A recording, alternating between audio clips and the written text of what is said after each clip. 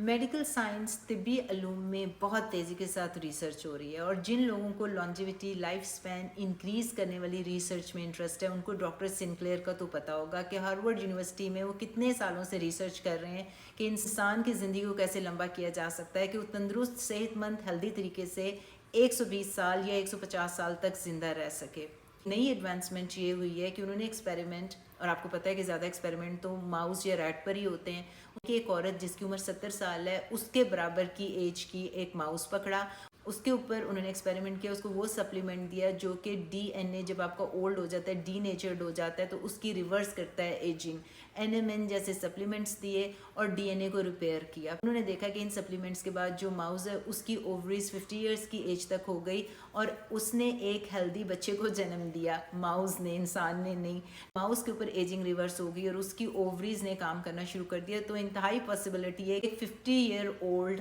Human female जिसको menopause हो जाता है, उसके अंडे खत्म हो जाते हैं, उसकी फर्टिलिटी खत्म हो जाती है, माहवारी आना बंद हो जाता है, वो बच्चा पैदा करने की सलाहियत खो देती है। अगर उसको ये सप्लीमेंट्स दिए जाएं, अगर वो उसकी डीएनए को रिपेयर कर लेंगे जीन थेरेपी के जरिए और उसकी रिवर्स एजिंग हो जाएगी, तो जीन थेरेपी के बाद पॉसिबिलिटी है कि एक ह्यूमन फीमेल भी बच्चा पैदा कर सके at the age of 50। IVF जिसे आम जबान में टेस्ट ट्यूब बेबी कहते हैं, ये फर्टिलिटी ड्रग्स दे के, इंजेक्शंस दे के तो बच्चा पैदा हो ही रहा है। टेक्नोलॉजी इतनी ज़्यादा आ गई है तो हो सकता है अगले 5 साल में या 10 साल में ऐसा पॉसिबल हो कि लाइफ एक्सपेक्टेंसी जब इंक्रीज़ होगी तो औरतों की बच्चा पैदा करने की सलाहियत और मेनोपॉज की जो एज है वो बहुत आगे तक, यानी कि 50 की बजाय 60 या 70 में हो। एन मुमकिन है।